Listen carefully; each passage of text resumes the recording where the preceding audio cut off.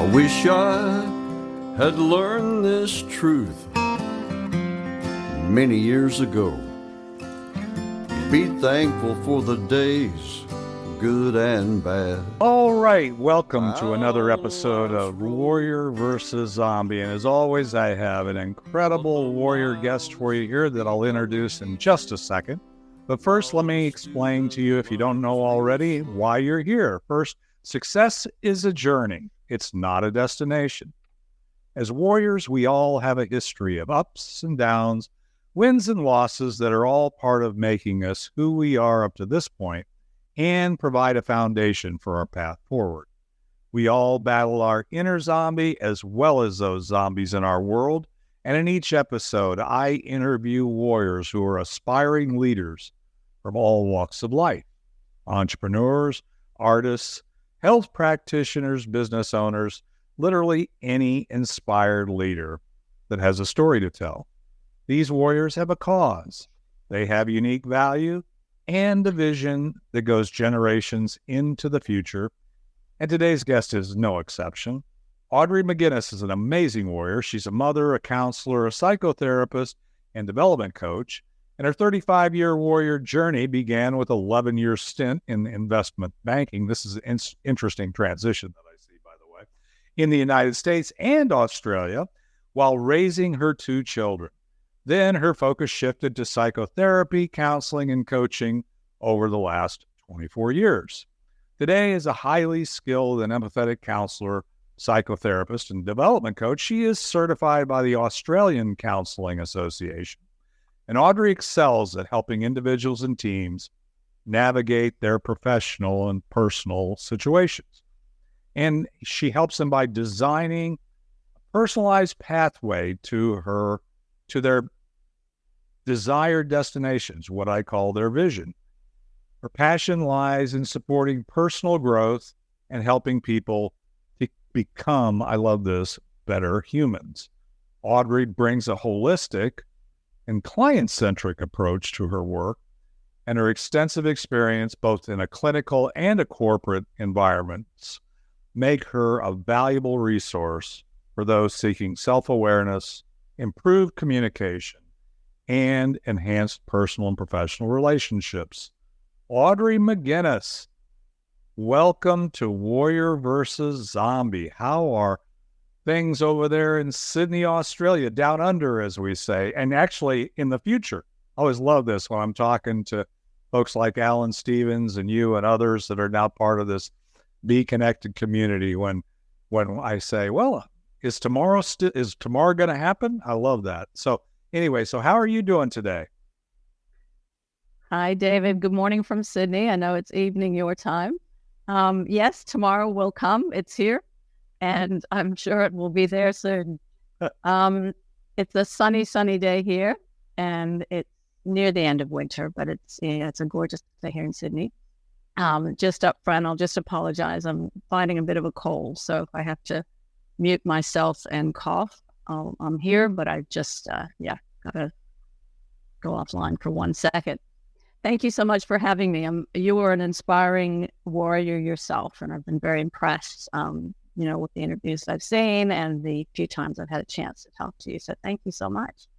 Well, I appreciate you being willing to serve, to share your story and your vision. That's what our audience is always looking for. And yeah, as we've connected before, and yes, I'm already become an Audrey McGuinness fan club member. So I think wasn't that a link that you gave me to sign up for or something like that? No, I'm excited that you're here. Thank you. Me too. Thanks, Dave.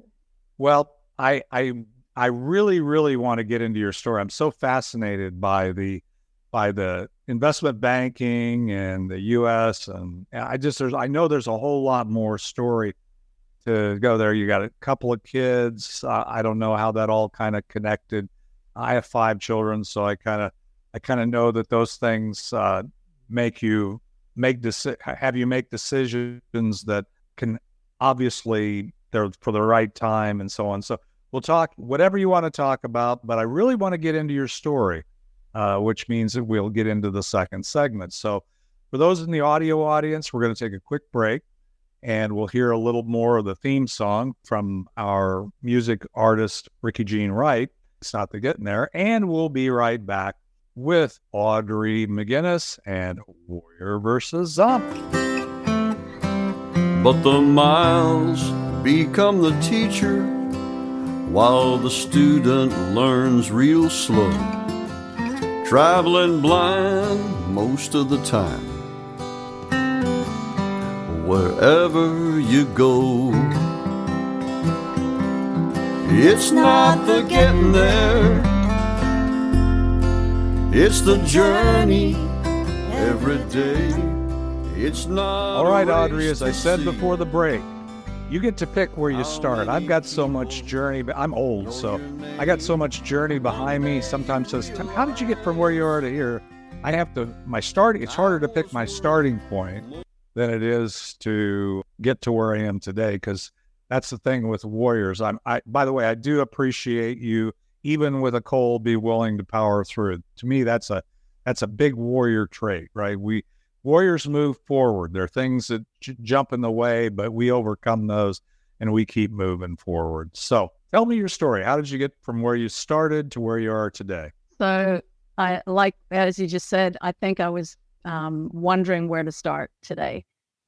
And I will be very brief about childhood because it's so relevant to why I am where I am today, Sure. Which I've only had the maturity and time to reflect on that recently and go, oh my gosh, this is where I'm supposed to be. I'm doing exactly what I was meant to do. And I'm so grateful. So my father was a diplomat for the United States government from the time that I was born. So from the time I was born, we literally lived overseas in different countries and moved every 2 years. So new school, new language, new culture, new friends. And that was until I was about 14 years of age and moved back to the US for a time and did university in the US. But really it was that foundation piece from, birth till about 14 years old that set the ground for who I am becoming as a human being. I didn't know it at the time, but obviously had to develop the skills of adaptation, getting along with people, learning new languages, learning to be very quickly a part of the society that I found myself in, or the culture. So to me, growing up, people were just people. Humans were humans, no matter where they lived, what language they spoke, what food they ate, how they lived their lives. So I think that's something that was ingrained, it was ingrained early and unconsciously, of course, to me until much later when I reflected. So this whole business of the end, or the part of the journey I'm on now, of helping people to become better humans is based on that experience, because we are all human. And one of my passions, jumping ahead, is just really eradicating this whole idea of racism, because we're all part of the human race and nothing irritates me more. When people start talking about races, what race are you? So that's just a part of the passion that drives me. Ended up in Sydney when my father moved to Melbourne. I visited Melbourne in Australia, which is a different city, and traveled and decided that I wanted to stay in Australia. So I applied for a job in investment banking, because that's what I was doing out when I left university, and ended up here in Sydney. So I've been here ever since for 35 odd years and enjoyed my investment banking career. I sort of happened into it, I suppose. It wasn't a planned part of my university degree, but that's where I ended up. Loved the people I met, did a lot of international banking work, both from the US and from Australia. When I had my first child, I realized very quickly that motherhood, or the sort of mother I wanted to be, and investment banking didn't go together so well. So I thought, okay, I've got to make a choice here. And I chose being a mother. And I also realized that I was kind of bored with investment banking. It's like anything in life. If you do it long enough, it gets to be rote. Even though the people are different and the transaction might be different, the process is pretty much the same. So I didn't feel like I had to stick with that field, and decided to look at what else I could do. And that's when I came upon coaching and psychotherapy. And immediately my heart went, yes, that's it. I didn't even have to think about it. And that was just it. So I retrained. And while I had my two kids while they were quite young, And ever since then, I've been practicing the field of counseling, psychotherapy, and coaching, mostly in the executive coaching arena. So I've kept those corporate connections, which have served well. And I enjoy both. I feel a little bit schizophrenic sometimes because it's sort of like, am I a psychotherapist and a counselor? Am I a coach? And I'm both. So I'm still working very hard on how do I, bring this to my branding without making people confused. So that's sort of a sticking point for me professionally, I suppose. But to me, it all fits together. I don't feel that they're incompatible at all. And that kind of brings us to today. There's more about where I am, but is there anything around that? Well, let me ask you this. This is always the thing that the listeners on the podcast look for. And one of the things I admire and I understand about warriors like yourself is that we tend not to focus on things that challenges, as we call them, zombies that we've overcome. We all are infected, as the introduction says, by the zombie virus, in terms of that we're all products of our own survival, our own past, the things that are in our mind, the things that happen in our world. Along that journey of going, I heard one, when you said, okay, I realize now that I'm a mother, that moving forward on my journey as an investment banker was not something that really jived with where you were going. So as a warrior, you said, okay, we got to step away from that and do something else. That's a warrior decision. But the zombie of, having things like motherhood and an existing job to overcome, that's clearly overcoming a zombie. But what else? What else along? I mean, again, we've got a lot of story. There's things that we just kind of look past. We want to focus on what we're doing today, right? And where we're going. And that's a beautiful thing. We'll talk about that in the next segment. So anything in that story, I don't know your story that well of getting through, anything that you had to overcome in that process? Sure. Many, many things, as is the case for, most of us humans, over the age of 10.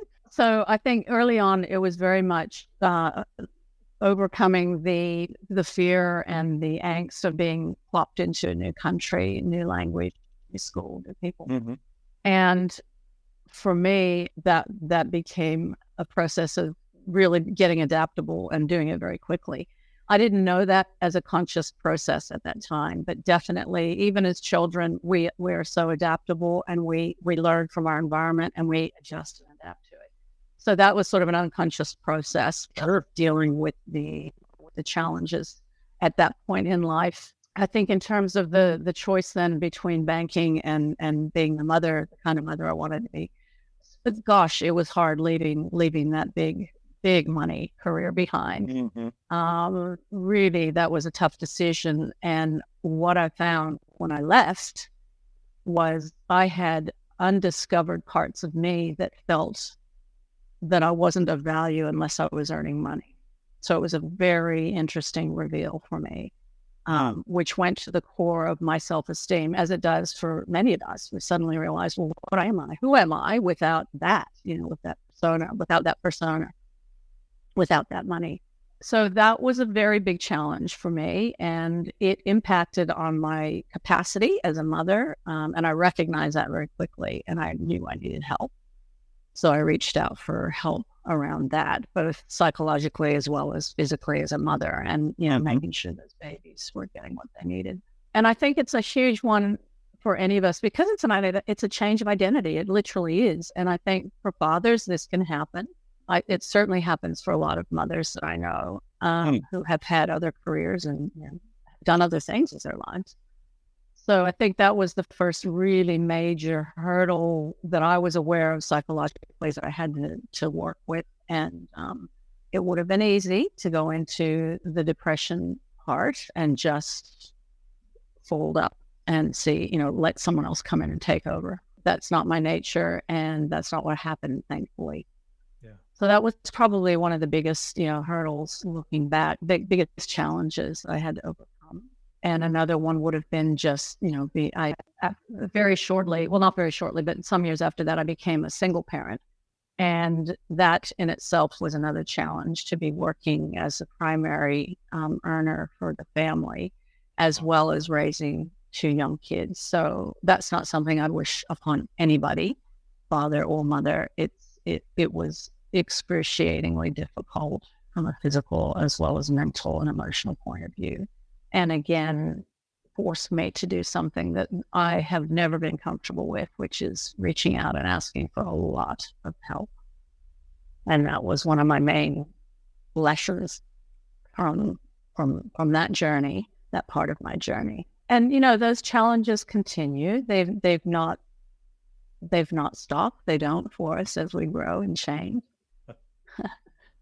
Sometimes I just think, gosh, when are these challenges going to stop? Why is life not easy now? What's happening? It's supposed to be easy.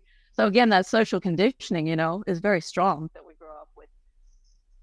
And from my experience being American, but not living in the US, it was sort of like, get a good education. That'll almost guarantee a good job. And then you'll be happy and live happily ever after. And, we all know it's not that way. But there's something deep inside of our brain, that zombie part of us, that just wants things to be easy, wants things to be, not have to feel the pain and challenge and suffering of life that it brings. Yeah, that's brilliant. And frankly, you really shared quite a few things there, at least what I heard. First of all, that the grounding of doing a lot of warriors that I've interviewed and met with, even not on this podcast, struggle with that whole disconnect between what really inspires them, what they're really, really here on the planet to do, right? And then, but they, through course of events, through their story, they get into something and they're good at it, right? They have some unique value, they have skills, they can do those things. And that starts to become their identity. Guys are really bad. I mean, I know as moms, and it's not a sex thing. It's just, we all, find things that become our identity. And just that zombie of having an identity that really isn't your true identity. It's the one that maybe is superimposed on you, right? By conditions or by the circumstance, by the people around you. That was a hard thing for me. I retired, I got to tell you, 19 years ago with 4 of my 5 kids still at home. And my identity, I was at the top of my game doing what I was doing. And my identity was all tied up in that. But I knew in my heart that I was going to get to the end of the road if I didn't do something different and have regrets. And that's a sad thing, but it's a hard thing. You already said it. It's a hard thing to say, yes, but yes, I'm going to take this other path. Because then I got to tell you, it's not easy. Even when you think you have total peace with it doesn't make that. So and then when, I honestly can't imagine a single mom trying to provide and do all of the things that moms do. I mean, I don't know how that's even possible, but I know you did it. You are doing it. And the other thing you said, which is also something that I had to learn, was it never ends. You think, okay, when they grow up and they get off the payroll and you got them through college and you get them married and you do this, then you can kind of chill. And the reality of it is, it doesn't work like that. There's just different problems. Sometimes at a higher level, a bigger level. Then you got grandkids. My wife is just arriving in Canton, Ohio to hopefully pick up my 7th grandchild who we're adopting. My daughter and her wife are adopting in Canton as their my 7th grandchild. So I am totally geeked about that, totally excited about that. But more challenges because, when the kids roll off the payroll, the grandkids roll on the payroll. So, so there's all kinds of challenges. Anyway, well, I totally get it. And really, thank you for sharing that, Audrey. Well, let's do this. Let's take another quick break because I want to get into, I'm really also very wanting to hear what you're doing today. I love the fact you're on the Be Connected platform so we can connect. We can begin this journey of building a good, solid business, but business is social. Business is getting to know people for who they are. So I love that. So let's do this. Let's take a quick break. We'll hear a little more of our theme song. It's Not the Getting There by Ricky Jean Wright. And we'll be right back with Audrey McGuinness and Warrior versus Zombie. It's not a race to see how many people know your name. One day you realize time was worth more than the gold. It's not the getting there. When you get there, you'll know. Funny how wisdom. All right, we are back. Audrey, so love your story. I'm sorry for the challenges, but I'm kind of not, because as it says in the introduction, right, they all are part of providing a foundation for where we go from here, providing a path forward. So I know I'm already kind of mentally connecting the dots here a little bit, but I kind of have a sense of where that's taking you today. But tell me, why are you doing what you're doing today? Well, I had to think, as I said, quite a lot about my current, and I used to call it a career, but it's really a vocation, I've decided. And it feels right to call it a vocation. Mm-hmm. And I think that moment when I was looking around for what am I going to do if I'm not going to be an investment banker, who am I going to be? What am I going to do in the world? And it was, as I said, it was quite easy. It just came to me. It was just such serendipity that I just knew. So I can't say that I thought long and hard about choosing the vocation. It did choose me, I suppose, is how it happened. And I continue in this vocation, and it is a practice. So I'm also a very decades long meditation student, and like anything, it's a practice. And if we want to, I equate it to building up. If you want to build your bicep, you got to go to the gym and do your bicep curls 3 times a week, 4 times a week. So it's the same with our mind, mindfulness and meditation, and it's the same with my practice as a psychotherapist, as a coach. And for me, that's my path to me being a better human, and it keeps me honest around trying to be a better human every day. Because we all have relationships, and for me, that's the most valuable asset of my life, are my relationships that I've built and continue to invest in. So that's why I do what I do, because there isn't anything to me that's more important than that in my life. And that's my kids, that's my friends, it's my family, it's my pets. How can I actually be better with all of these relationships? And that's really what drives me. And that idea I shared earlier about, we're humans, we're all humans. My goodness, we share so much. And I hate the divisiveness that goes on, whether it's, political, religious, whatever sort of divisiveness that people create. So that's why I'm here. That's why I'm doing what I do. And it comes in a lot of different forms. So I've also done some teacher training in the Montessori system. And when I did that sort of as an offshoot, it was a dream. I went to Italy to study, which was fantastic with my kid. But when I look back again and reflect, all of that, and even my investment banking career, because we were doing, surprisingly, you might think, some good in the world with what we're doing. It's all part of one big whole. These are all just little snippets of what I've done or what I continue to do. But if you take a big, I know for listeners who are listening and not having any visual, if you imagine a whole bunch of stars in the sky and then draw a circle around them, it's kind of like that.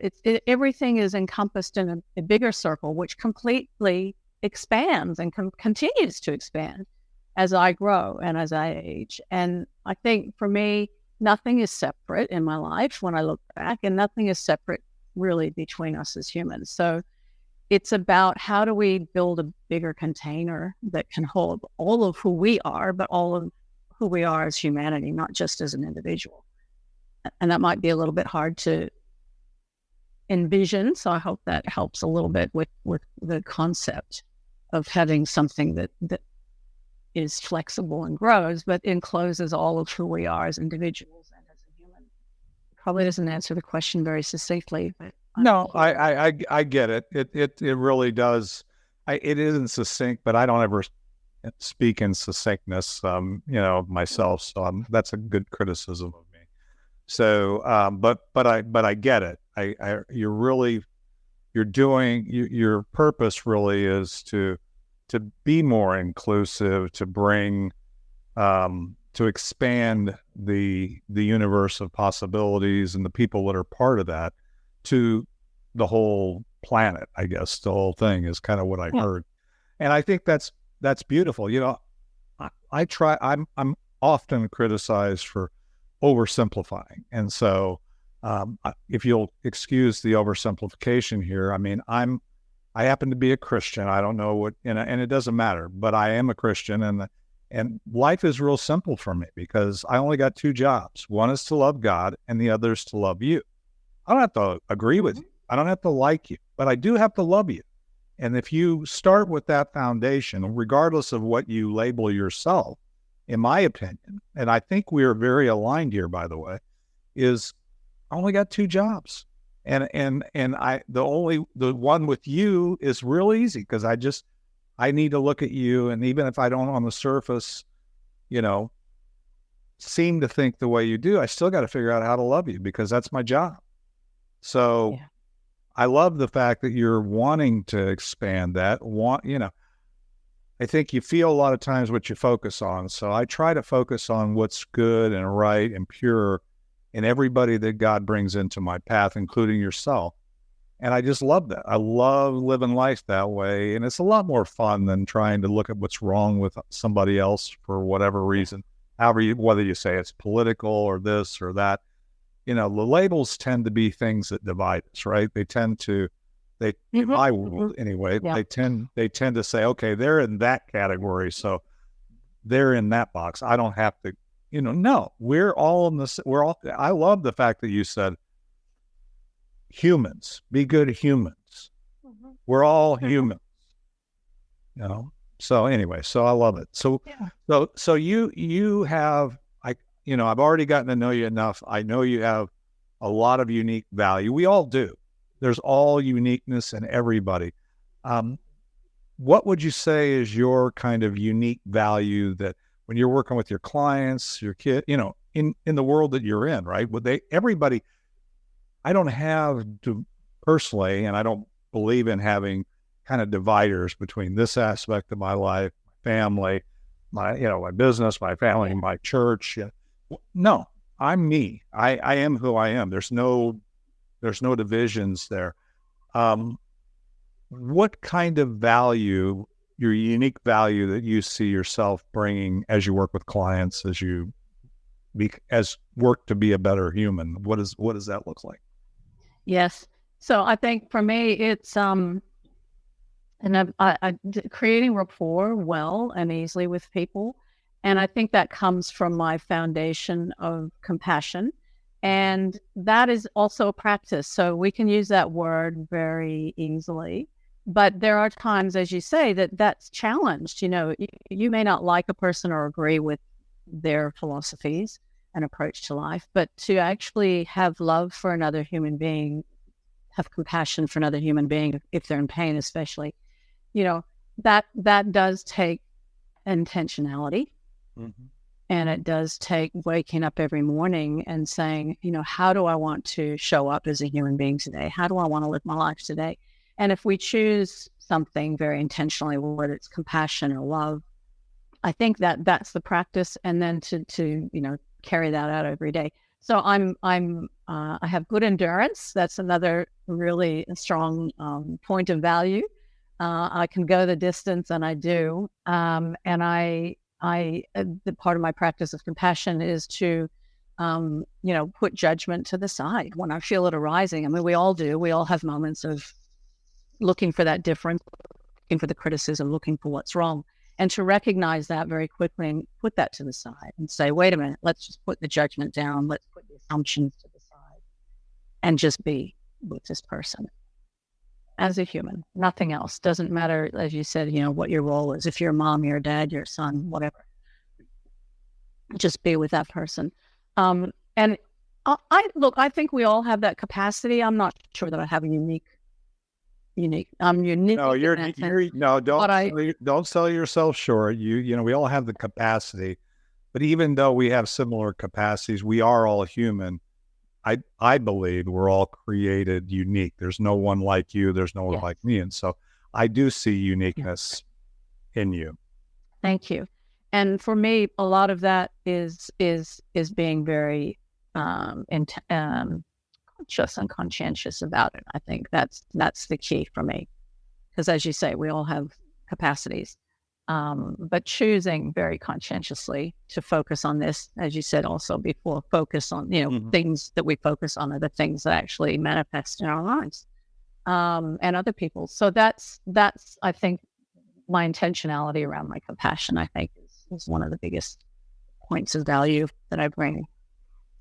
One last question for this segment, and then we'll get on to what I call the land the plane segment that comes from 4 million miles on airlines. I did a lot of traveling and back when I was in the corporate world. So as it sounds like you did, moving around. I didn't move around that much, but any given week, if anything were possible, and then I always follow that with, oh, by the way, everything is possible.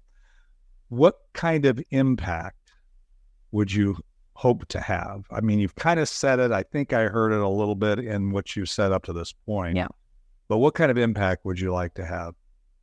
I would like to reach a whole lot more people with the rest of my time as a human on the planet, to be better humans. Honestly, that's it. And that looks different to different people too. That's what's so exciting. Like you said before, everyone is truly unique. I've worked with thousands and thousands of people at a very intimate level, for which I'm very grateful.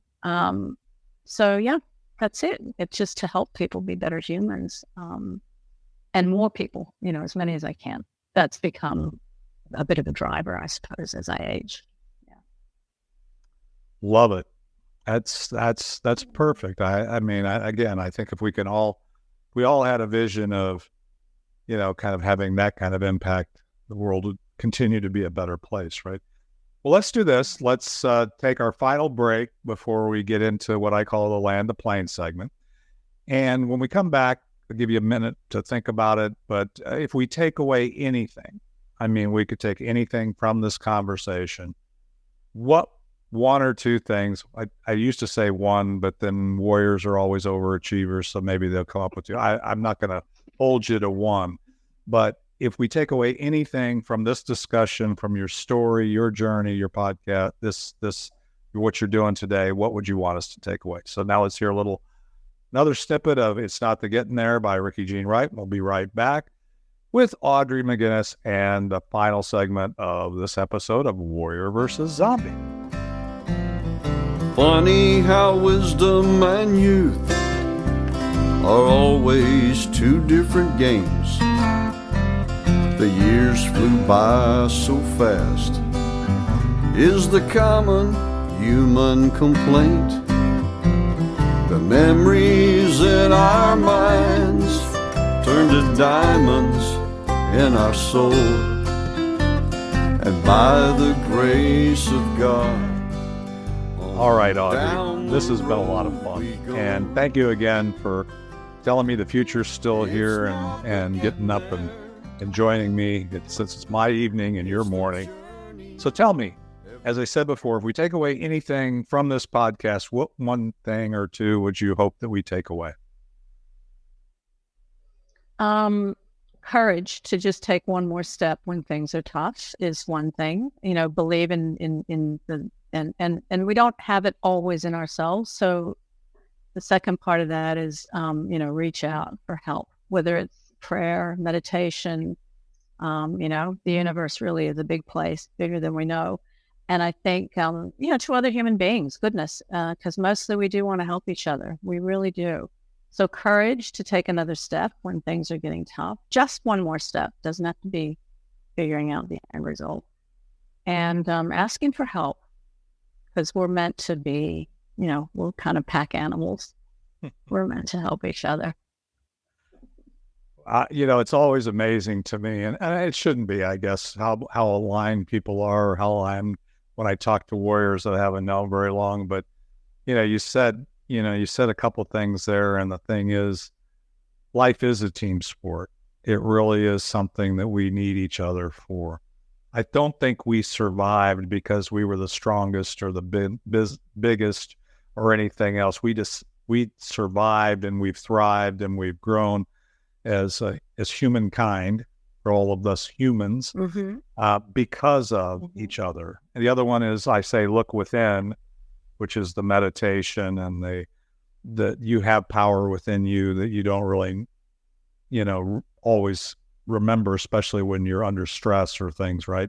And then the other one is look up. In my belief system, there's connection to the universe. We're all connected. I believe that there's more energy around us than matter anyway. We are so amazingly quantum physics. I mean, it's not just, this isn't woo-woo stuff. It's science, No, it's not.